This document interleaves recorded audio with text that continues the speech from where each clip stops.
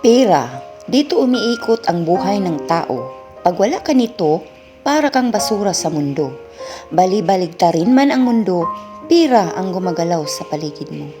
Ito yung bagay na nilikha ng tao, na hinahanap-hanap ng kahit sino. Hindi mo mabibili ang gusto mo pag wala ka nito. Hindi mo mapapalapit ang mga tao sa paligid mo pag wala ka nito. Pera na kayang sumira ng pagkakaibigan at pamilya. Minsan kakaibiganin ka pag may pera ka.